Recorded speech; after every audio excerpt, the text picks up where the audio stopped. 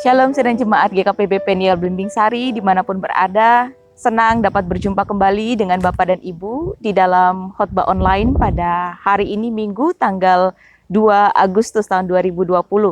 Kita bersyukur bahwa sekalipun sudah new normal dan gereja sudah dibuka kembali untuk kita beribadah, tetapi kita harus tetap waspada. Oleh sebab itu kalau Bapak Ibu dalam kondisi yang kurang fit, kita tetap bersukacita dapat menikmati firman Tuhan di rumah kita masing-masing. Dan pada saat ini saya akan mengajak kita untuk merenungkan kebenaran firman Tuhan yang akan kita dengarkan dari Injil Yohanes 9 ayat yang pertama sampai dengan ayat yang ke-7. Namun sebelumnya, mari kita siapkan hati kita dan kita memohon pertolongan Roh Kudus. Mari kita berdoa. Kami mengucap syukur kepadamu, ya Allah Bapa, Putra, dan Roh Kudus, atas kasih dan pemeliharaan yang tiada pernah habisnya dalam kehidupan kami, sehingga pada hari ini, sekalipun kami di rumah masing-masing, Tuhan tetap mengaruniakan kepada kami hati yang bersyukur, bersukacita, dan penuh dengan pengharapan untuk menikmati berkat firman Tuhan yang akan kami dengarkan pada pagi hari ini. Roh Kudus menolong setiap kami agar apa yang kami dengarkan menjadi rema di dalam kehidupan kami, yang membangkitkan pengharapan, iman, dan kasih kami kepada Bapa, dan dengan demikian kami boleh menjadi anak-anak terang yang berkenan di hadapan-Mu. Kami siap untuk mendengarkan firman Tuhan, maka di dalam nama Tuhan Yesus Kristus Sang Firman yang hidup itu, kami berdoa. Amin. Bapak Ibu yang dikasihi Tuhan, saya mengajak kita untuk membaca di dalam Yohanes 9 ayat yang pertama sampai dengan yang ke-7, demikian sabda Tuhan. Orang yang buta sejak lahirnya. Waktu Yesus sedang lewat, ia melihat seorang yang buta sejak lahirnya.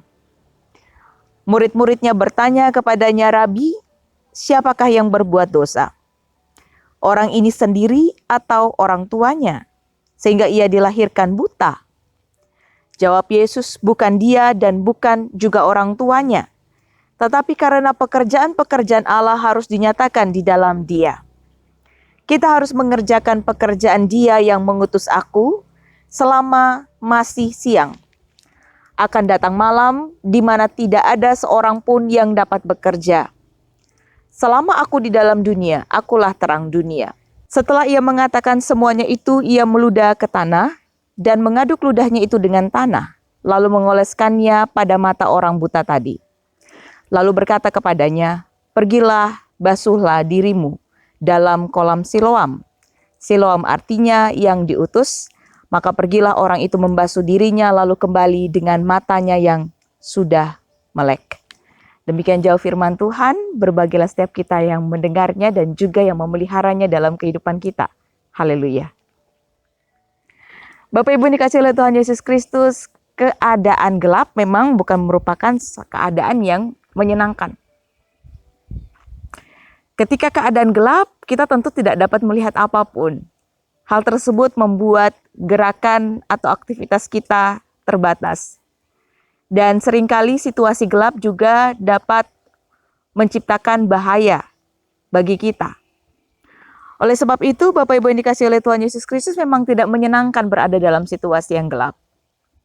Situasi yang gelap sebenarnya juga sedang dihadapi atau dirasakan oleh banyak orang di sekitar kita pada hari-hari ini. Kalau kita boleh melihat, ada begitu banyak orang di sekitar kita pada hari-hari ini yang merasa mereka tidak bisa melihat harapan. Kehidupan mereka tanpa arah dan tujuan. Mereka merasa putus asa dan tidak mampu melihat pertolongan Tuhan di sekitar mereka. Bapak Ibu yang dikasihi oleh Tuhan Yesus Kristus, keadaan yang demikian sebenarnya adalah keadaan yang diwakilkan oleh orang yang buta di dalam pembacaan kita pada pagi hari ini. Firman Tuhan mengatakan bahwa orang ini adalah buta sejak lahirnya. Sehingga setiap saat dia berada dalam situasi yang berbahaya, dalam gerakan yang terbatas dan tidak bisa melihat apapun. Syukur kepada Allah, walaupun di dalam keadaan yang demikian, tetapi Tuhan tidak pernah melupakannya. Firman Tuhan mengatakan di dalam ayat yang pertama, waktu Yesus sedang lewat, ia melihat seorang yang buta sejak lahirnya. Bapak Ibu yang dikasihi oleh Tuhan Yesus Kristus, hal ini menjadi satu hal yang sangat menarik, sebab orang buta sudah tentu tidak dapat melihat ketika Yesus lewat. Tetapi Yesus di dalam segala kemahatauannya dan juga hatinya penuh dengan belas kasihan, melihat orang yang buta yang butuh pertolongannya, dan Yesus menghampirinya. Bapak Ibu yang dikasihi oleh Tuhan Yesus Kristus, kalau kita boleh melihat, inilah hati Allah yang penuh dengan belas kasihan. Mungkin banyak saudara-saudara kita yang berada di dalam situasi yang gelap, yang seringkali mereka tidak tahu kemana mereka harus melangkah, kemana arah tujuan mereka, siapa yang bisa memberikan mereka pertolongan. Tapi di dalam keadaan seperti itu, Bapak Ibu yang dikasihi oleh Tuhan Yesus Kristus, ingatlah satu hal, bahwa Tuhan sedang memperhatikan mereka. Tuhan tidak pernah melewati mereka. Hal yang menarik yang kita boleh lihat adalah bagaimana respon antara Yesus dengan murid-muridnya ketika berhadapan dengan orang buta itu. Dalam firman Tuhan pada ayat yang kedua, kita boleh melihat ketika murid-muridnya melihat orang yang buta itu, murid-muridnya merespon dengan suatu pertanyaan. Rabi, siapakah yang berbuat dosa? Orang ini sendiri atau orang tuanya sehingga ia dilahirkan buta? Bapak Ibu yang dikasihi oleh Tuhan Yesus Kristus, di sini kita bisa melihat bahwa inilah cara pandang, perbedaan cara pandang antara Allah dengan manusia. Seringkali ketika kita di dalam satu keadaan yang sulit, dalam satu masalah, dalam satu pergumulan, Allah melihat kita dengan belas kasihan, dengan hasrat untuk menolong. Tetapi manusia seringkali melihat apakah atau siapakah yang berdosa sehingga ia mendapatkan musibah ataupun masalah yang sedemikian berat di dalam kehidupannya. Bapak Ibu yang dikasihi oleh Tuhan Yesus Kristus, dan di sini kita boleh melihat bahwa Tuhan memperbaiki apa yang menjadi cara pandang yang keliru daripada murid-muridnya. Sekalipun memang apa yang dikatakan murid-muridnya adalah sesuatu yang sebenarnya tidak juga salah. Oleh karena ada dasar firman Tuhan yang mengatakan bahwa ayah makan buah asam, maka gigi anak-anaknya yang menjadi asam. Ayah bahkan buah mentah, gigi anak-anaknya menjadi ngilu. Bapak Ibu yang dikasihi oleh Tuhan Yesus Kristus, sehingga cara pandang murid-murid pada waktu itu dan orang Yahudi kebanyakan pada waktu itu adalah ketika seseorang dilahirkan di dalam keadaan, mohon maaf, cacat, entah dia lumpuh sejak lahirnya, entah dia buta sejak lahirnya, tentulah hal tersebut disebabkan oleh karena suatu perbuatan dosa. Sehingga mereka bertanya kepada Tuhan, siapakah yang berbuat salah? Apakah orang tuanya ataukah dirinya sendiri? Bapak Ibu dikasihi oleh Tuhan Yesus Kristus, tetapi Tuhan memberikan satu pengarahan. Tuhan memberikan ingin meluruskan pandangan daripada murid-murid bahwa ketika satu pergumulan terjadi, ketika satu masalah yang berat terjadi, ketika sesuatu hal terjadi di luar nalar manusia, itu bukan saja atau belum tentu disebabkan oleh karena dosa.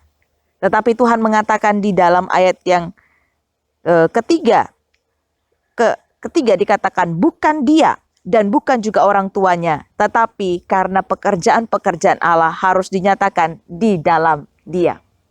Inilah cara pandang Allah yang berbeda dengan manusia.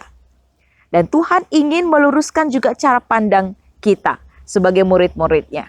Ketika kita melihat ada saudara-saudara kita yang bergumul, ada saudara-saudara kita yang mendapatkan beban yang begitu berat, mungkin sakit penyakit, mungkin kehidupan keluarganya yang morat-marit, ataupun pergumulan apapun, Tuhan ingin meluruskan pandangan kita, atau bahkan mungkin kita sendiri yang menghadapi hal tersebut. Tuhan ingin meluruskan pandangan kita, bahwa terkadang bukan karena dosa, tetapi di dalam segala kelemahan kita Allah ingin menyatakan kuasa-Nya melalui kita.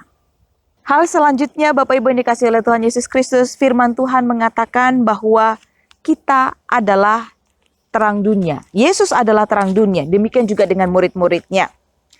Dikatakan bahwa selama aku di dalam dunia, akulah terang dunia dalam ayat yang kelima.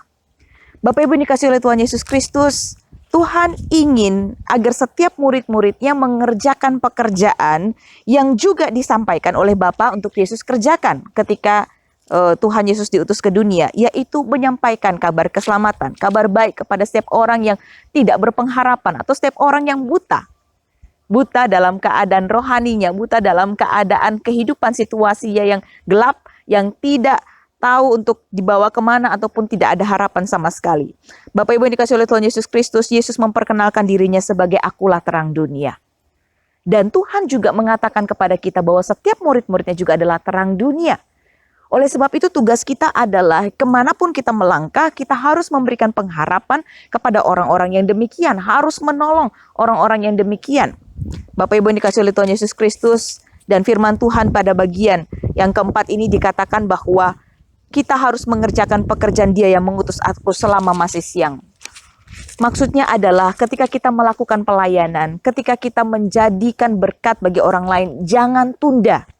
Jangan tunda-tunda untuk melakukan hal yang baik bagi orang-orang yang demikian. Kita sebagai terang dunia harus melakukan fungsi dan juga harus melakukan apa yang harus kita lakukan, yakni menjadi berkat bagi mereka. Bapak Ibu yang dikasihi oleh Tuhan Yesus Kristus, firman Tuhan mengatakan akan tiba waktunya di mana hari tidak selamanya siang. Ini berbicara tentang masa yang terbatas. Mungkin bisa berbicara tentang kesempatan.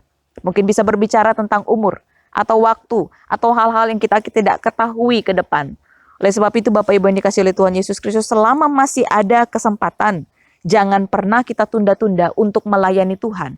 Jangan pernah kita tunda-tunda untuk mengabarkan kabar baik ataupun melakukan perbuatan-perbuatan baik kepada orang-orang demikian. Makanya ada satu pujian, hidup ini adalah kesempatan. Ya. Dan juga pujian itu mengatakan, oh Tuhan, pakailah hidupku selagi aku masih kuat. Bapak Ibu yang dikasihi oleh Tuhan Yesus Kristus, jangan pernah kita menunda-nunda perbuatan baik kalau memang kita bisa melakukannya kepada saudara kita. Di dalam masa-masa pandemi dan krisis ini sekalipun sudah new normal, tetapi kita harus akui bahwa masih banyak orang yang susah di sekitar kita, Bapak Ibu yang dikasihi Tuhan. Jangan pernah kita tunda kalau kita punya berkat. Jangan pernah kita tunda, nanti kalau saya kasih dia mungkin saya tidak akan berkecukupan. Bapak Ibu yang dikasihi oleh Tuhan Yesus Kristus, jangan pernah kita menunda karena kita tidak tahu kapan kesempatan kita akan datang waktunya di mana kita tidak bisa lagi melakukan semuanya itu.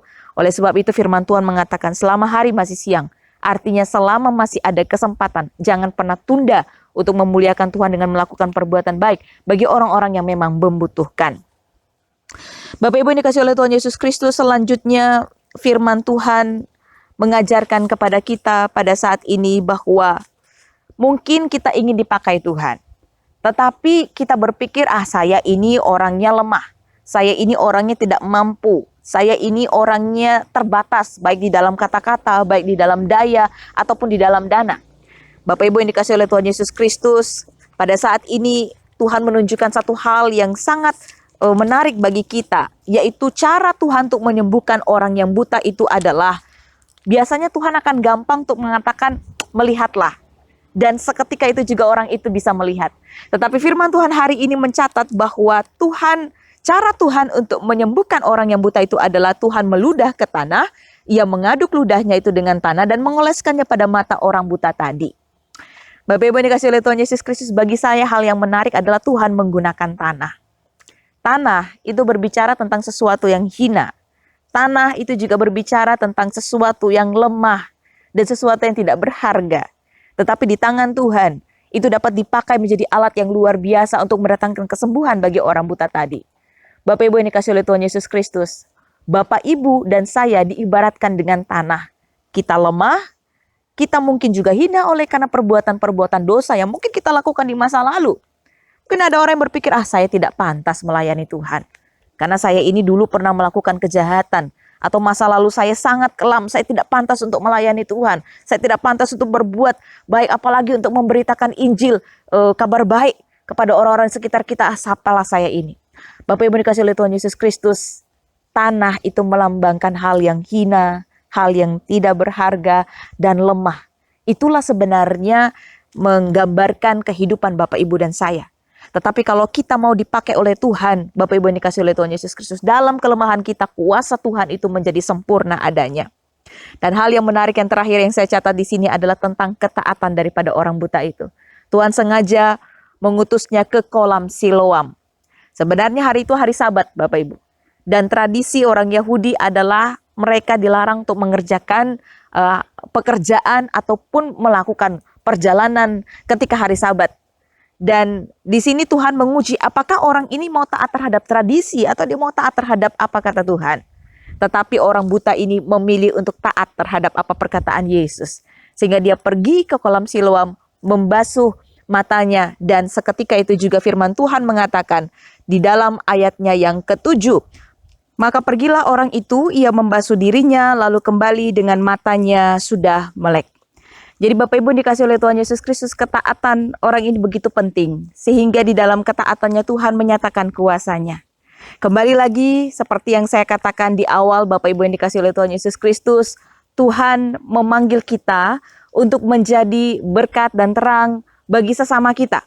Di dalam minggu ini, introitus kita di dalam Efesus 5 ayat 8 sampai dengan ayatnya yang ke-9 mengingatkan kepada kita seperti ini. Demikian bunyi firman Tuhan, memang dahulu kamu adalah kegelapan, tetapi sekarang kamu adalah terang di dalam Tuhan. Sebab itu hiduplah sebagai anak-anak terang, karena terang hanya berbuahkan kebaikan dan keadilan dan kebenaran.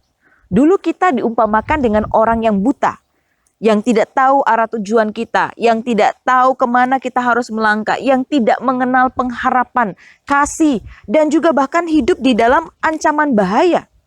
Tapi Bapak Ibu dikasih oleh Tuhan Yesus Kristus, syukur kepada Allah yang telah menyelamatkan kita, menyatakan terang dalam kehidupan kita. Dan bahkan sekarang firman Tuhan mengatakan kita adalah anak-anak terang. Firman Tuhan mengatakan bahwa hiduplah sebagai anak-anak terang. Yesus berkata, kamulah terang dunia.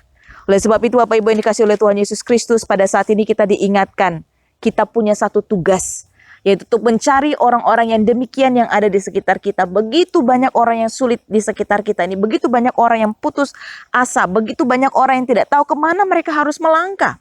Tujuan kita, beritakanlah kabar baik kepada mereka, lakukanlah kebaikan kepada mereka, jangan tunda-tunda selama masih ada kesempatan. Dan yang kedua Bapak Ibu yang dikasih Tuhan, jangan pernah berpikir saya tidak layak. Karena saya ini mungkin dulu adalah seseorang yang punya dengan dosa, kehidupan masa lalu saya kelam. Bapak Ibu dikasih oleh Tuhan Yesus Kristus, firman Tuhan mengatakan tanah saja bisa Tuhan pakai. Asal kita mau taat, kita akan melihat kebaikan, keajaiban, kuasa Tuhan di dalam setiap pelayanan kita yang kita berikan kepada orang-orang yang memerlukan. Dan saya yakin dan percaya bahwa dengan demikian nama Tuhan dipermuliakan. Oleh sebab itu Bapak Ibu dikasih oleh Tuhan Yesus Kristus, mari kita menjadi anak-anak terang di sekitar kita yang hidup di dalam kasih dan punya hati yang belas kasihan, tidak lagi mencap negatif ketika ada sesama kita yang di dalam keadaan bergumul atau dalam keadaan yang susah atau keadaan yang seperti orang buta tadi. Tapi ingatlah, dahulu kita seperti mereka. Sekarang kita punya tugas untuk menyelamatkan mereka dengan melakukan seperti apa yang kita dengarkan dalam firman Tuhan ini. Tuhan Yesus pasti menolong kita dalam kelemahan kita sehingga nama Tuhan akan dimuliakan. Saya mengajak kita untuk bersaat teduh dan kita berdoa. Mari kita berdoa. Bapa di surga, segala pujian, syukur, hormat kami berikan kepadamu, Sang Terang yang telah datang di dalam kehidupan kami, mencelikan Tuhan kehidupan rohani kami, sehingga kami boleh melihat ada terang, ada pengharapan, ada pertolongan dan keselamatan yang Tuhan berikan dalam kehidupan kami. Sehingga apapun persoalan dalam kehidupan kami, kami tidak akan pernah menyerah, kami tidak lagi menjadi putus asa sebab kami tahu Engkau ada dan menawarkan keselamatan bagi kami. Sekarang ya Tuhan, mampukanlah kami untuk meneruskan terang itu kepada sesama kami. Sebab Engkau berfirman, kamilah anak-anak terang yang senantiasa hidup di dalam kebenaran, keadilan, dan kasih. Maka biarlah Tuhan kami tidak menunda-nunda selama kesempatan ini masih ada. Kami terus melakukan perbuatan baik. Kami terus memuliakan nama Tuhan dalam pelayanan yang Tuhan berikan kepada kami. Sehingga ada banyak orang ditolong dalam kehidupan kami sekalipun kami ini lemah. Kami mau dipakai oleh Tuhan sehingga nama Tuhan dimuliakan dan banyak saudara-saudara kami boleh diselamatkan. Bapa di surga, tolonglah kami, nyatakanlah kuasa-Mu. Dan hamba berdoa Tuhan, bagi setiap orang yang menyaksikan tayangan ini dimanapun mereka berada, ketika mereka terbaring lemah Tuhan di tempat tidur, ataupun ketika mereka di dalam keadaan masalah dan putus asa, Tuhan Roh Kudus-Mu menjamah mereka dengan iman mereka masing-masing Tuhan. Saat ini ketika mereka menaikkan doa di hadapan-Mu, Roh Kudus menjamah mereka Tuhan, memberikan kepada mereka Tuhan keampunan, memberikan kepada mereka Tuhan sukacita, mengangkat segala beban mereka, memberikan kepada mereka kesembuhan dan kuasa mujizat di dalam nama Tuhan Yesus Kristus, sehingga mereka bisa Tuhan melihat bahwa kuasa-Mu nyata dalam kehidupan mereka. Seperti orang buta tadi yang tidak bisa melihat Engkau, tetapi Engkau melihat mereka. Maka sekarang Tuhan kami yakin dan percaya, Tuhan juga melihat saudara-saudara kami yang berkebutuhan khusus, yang punya pergumulan khusus, dan hari ini Tuhan menyelamatkan mereka. Terima kasih Tuhan atas kebaikan-Mu. Terima kasih atas kasih-Mu. Terima kasih atas pertolongan-Mu dalam kehidupan kami. Kami menaikkan syukur kepadamu ya Bapa, dan kami serukan seluruh permohonan ini di dalam nama Tuhan Yesus Kristus. Haleluya. Amin. Terima kasih sudah bersama-sama merenungkan firman Tuhan, dan kita akan berjumpa pada minggu yang akan datang. Tuhan Yesus memberkati Bapak Ibu sekalian. Immanuel bagi kita.